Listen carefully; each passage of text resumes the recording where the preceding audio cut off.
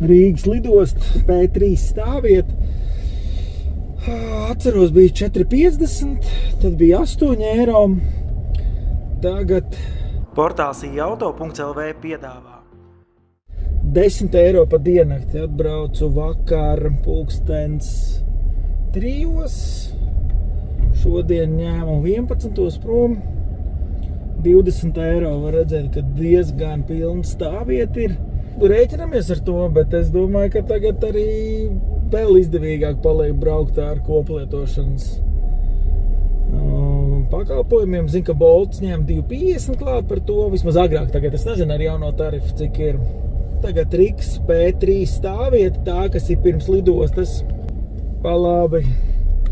Tagad ir dārgāk. Skatos, P4 arī diezgan pilns. Ņēmam to vērā un pateikšu vienu mazo padomu, kas ļauj it kā līdz 25% ietaupīt, bet tur ir dažas lietas jādara laicīgi. Šitie stāv bez maksas, bet tad vajag bāguguņus. Atrodi Rīgas lidostas mājaslapu. Viņiem ir tur iespēja tā kā pieteikt savu mašīnu, tev jāievada numurs un pateikt laikā aptuveni, kurā tu ieradīsies un laikā, kurā tu plāno doties prom. Tā kā šie laiki ir jāzina, vismaz 2 stundas iepriekš, un tad tu vari tur samaksāt un respektīvi sanāks lētāk.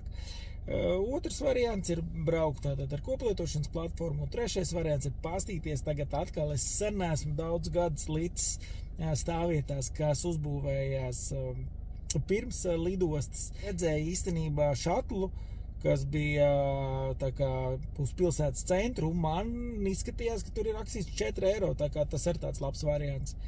Diemžēl bija arī takši, kuriem bija rakstīts 1 kilometrs 2,50. Mēs ar šito countraipu vēl neesam tikuši galā. Raksti savu viedokli, kā tu brauc uz lidostu, kā tu brauc prom, ko no pakalpojumiem tu izmanto, būs interesanti palasīt komentāros. Tagad sludinājuma ievietošana ZIP ir bez maksas. Pamēģini!